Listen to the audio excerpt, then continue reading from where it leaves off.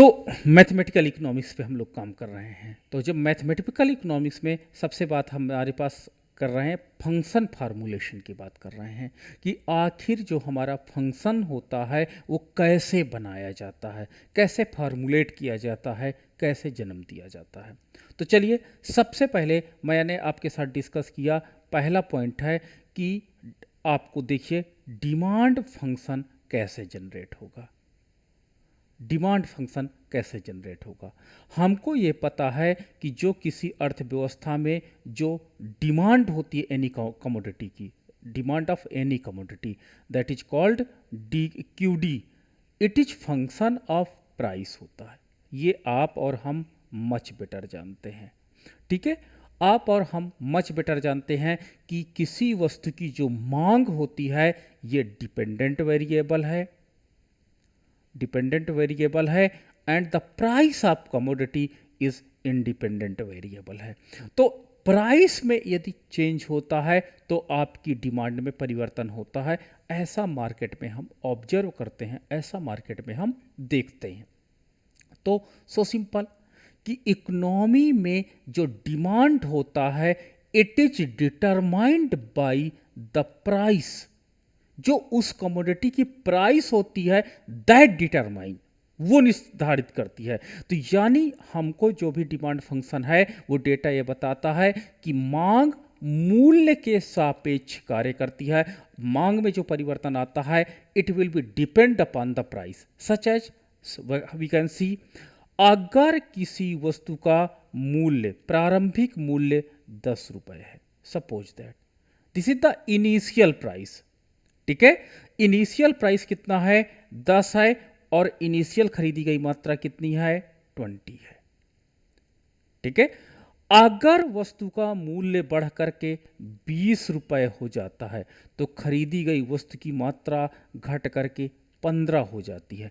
तो these data are given, ये information हमको बाजार से, मार्केट से मिल जाती है। आप जानते हो, हम जानते हैं कि ये डेटा हमको मार्केट से मिल जाती है।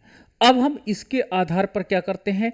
डिमांड फंक्शन को जनरेट करते हैं, डिमांड फंक्शन को बनाते हैं, ठीक है। तो डिमांड फंक्शन कैसे बनेगा? इसके लिए एक फार्मूला होता है P minus P one bracket close, ठीक है। P minus P one bracket close equal to P2 minus P one upon Q2 minus Q1 bracket में Q माइनस Q1। ये कोई डेटा है, उस डेटा को फंक्शन बनाने का फार्मूला है, ठीक है। कोई डेटा आपको इंफॉर्मेशन दी गई है तो उस डेटा के आधार पर समीकरण आप बना सकते हो, ठीक है। चलो, इसमें सारी वैल्यूज आपको पता है, because the market information is given and the market information we can put in the formula, then we can find the function, yani that is demand function.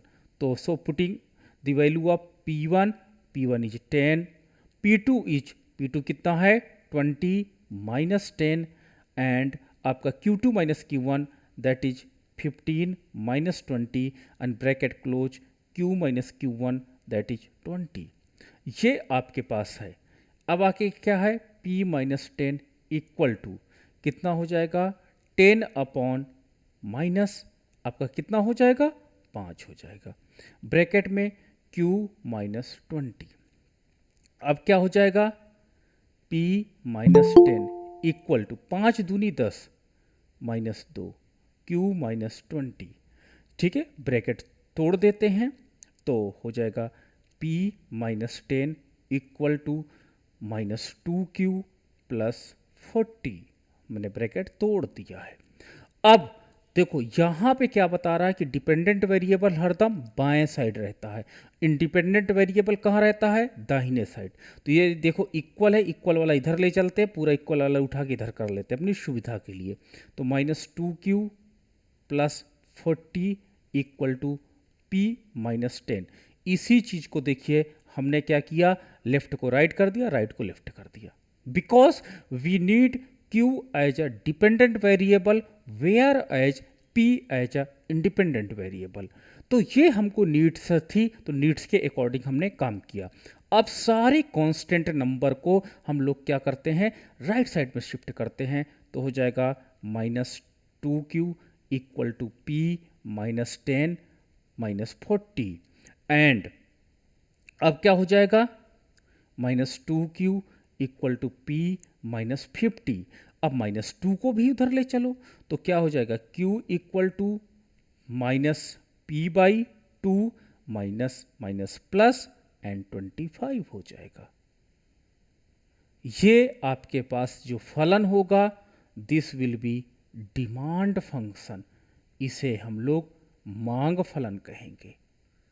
ठीक है, ये मांग फलन है जिसमें इंडिपेंडेंट वेरिएबल के पहले सिंबल ऋणात्मक है, अर्थात अगर p का मान बढ़ेगा तो q का मान घटेगा। ठीक है, तो इस प्रकार ये जो मार्केट डेटा है, इस मार्केट डेटा को हम लोगों ने क्या किया, फंक्शन के रूप में कन्वर्ट कर दिया। ठीक है, तो आपको ये चीजें पता होनी चाहिए कि फलन कहीं और से नहीं आता, बल्कि the data which is we are getting from the market, उसी को हम लोग कन्वर्ट कर देते हैं एज अ फंक्शन। ओके, तो ये चीज आपको क्लियर हो जानी चाहिए। तो देखिए, डिमांड के डेटा से हमने डिमांड फंक्शन को जनरेट कर दिया है। ओके, सभी लोगों को मुझे लगता है डिमांड फंक्शन अब जनरेट करना, if the data is given for any commodity, आपको लाइफ में कोई भी कमोडिटी का डेटा दिया, आप जाते हो मार्केट में जाते हो, आप आलू खरीदने जाते हो, आलू का आज का प्राइस, ठीक है, कितनी क्वांटिटी आपने खरीदा, कल आलू का क्या प्राइस है,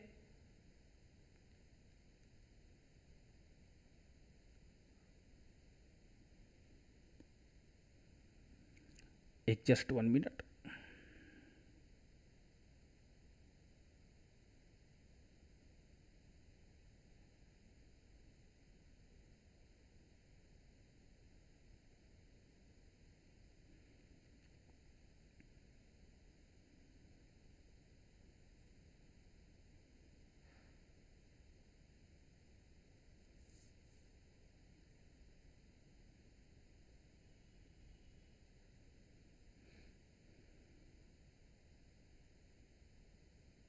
जस्ट 1 मिनट।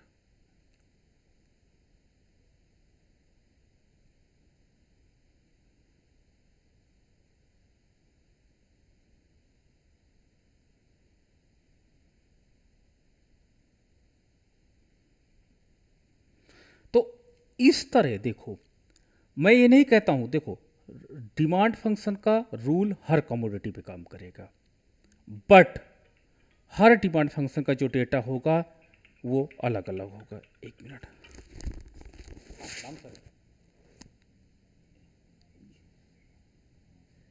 हाँ हाँ सर। जी जी।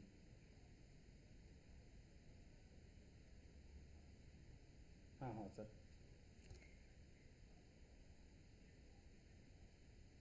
सर। जी जी।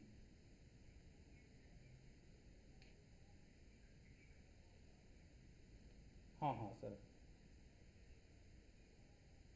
अरे सर, मैं इनको बोला कि सर थोड़ा सा वेट कर लीजिए, कल तक मैं भी कर रहा हूँ, वो आपको भी मैसेज कर दिए। हाँ, मैंने कहा कि सर टेक्निकल है, टेक्निकल थोड़ा सा मुझे टाइम दीजिए, सॉल्व हो जाए। और वो सर क्या होता है, हमने हमको भी करते हैं, चमन सर को भी मैंने कहा कि सर थोड़ा वेट कर लीजिए। हाँ, हमने कहा, हमने आपका नाम पता है कि सर के पास लास्ट में जाना जब हम लोग नहीं कर पाएंगे। हाँ हाँ हाँ हाँ, नहीं सर हम देख रहे हैं पूरा। हाँ नहीं सर, अभी मैं इसको क्या करूँगा सर, इनको मैं अनऑफिशियली ये भी कर रहा हूँ ना, कि अगर ये पासवर्ड शेयर कर दे रहा है तो मैं पहले इनका चेक कर लेता हूँ, फिर कहता हूँ सबमिट करिए। हाँ, और फिर सर जब ओके हो जाएगा फिर मैं आपको बताऊँगा कि क्या प्रॉब्लम है। ठीक। ठीक ठीक, ओके, प्रणाम सर, प्रणाम। ओके, तो ये हमारे पास डिमांड फंक्शन, लेकिन मैं एक दो तीन चीज़ें आपको लाइफ की बता देता हूँ। लाइफ में दो तीन पॉइंट हरदम याद रखना। कभी भी डिमांड फंक्शन सभी कमोडिटी का सेम नहीं होता है। Every type of the commodity which you are needed in the life, you are using in the life every times, okay, वो डिफरेंट ही होता है। अब बना करके देखना, ठीक है। आपके पास लाइफ है, आप एक आज कुछ खरीदने जाना, आपने कितनी कमोडिटी खरीदी है, कल जब वो वस्तु सस्ती हो जाती, या कभी, कल का मतलब होता है एनी टाइम, ठीक है, जब आप बाजार जाते हो, जब वस्तुएं सस्ती हो जाती हैं तो आप कितना खरीदते हो, तो देखिएगा कि डिमांड फंक्शंस की जो वैल्यू होगी वो वैल्यू चेंज हो गई होगी। दिस इज द सरप्राइजिंग, और यही हम लोग पीएचडी में सिखाते हैं कि what will be the impact of price in the demand function slope. जो डिमांड फंक्शन की स्लोप हो गई है उसमें क्या परिवर्तन आ रहा है, ठीक है। आज से 10 साल पहले क्या होता है, मान लीजिए कोई डिमांड फंक्शन हमने जनरेट किया, फिर 10 के बाद फिर 2 साल पहले, फिर 4 साल पहले, फिर 6 साल पहले, फिर 8 साल पहले, इस तरह का सारा डेटा निकाल लिया जाता है और उसके आधार पर हम लोग डेटा को डिस्प्ले करते हैं। क्लियर है? इसलिए आपको ये अगर फंक्शन बनाने आता है तो मतलब कि आप रिसर्च में भी बहुत अच्छा काम कर सकते हो। That is very important. Now the next है, चलिए हम लोग सप्लाई फंक्शन पे काम बात करते हैं, सप्लाई फंक्शन को। अच्छा,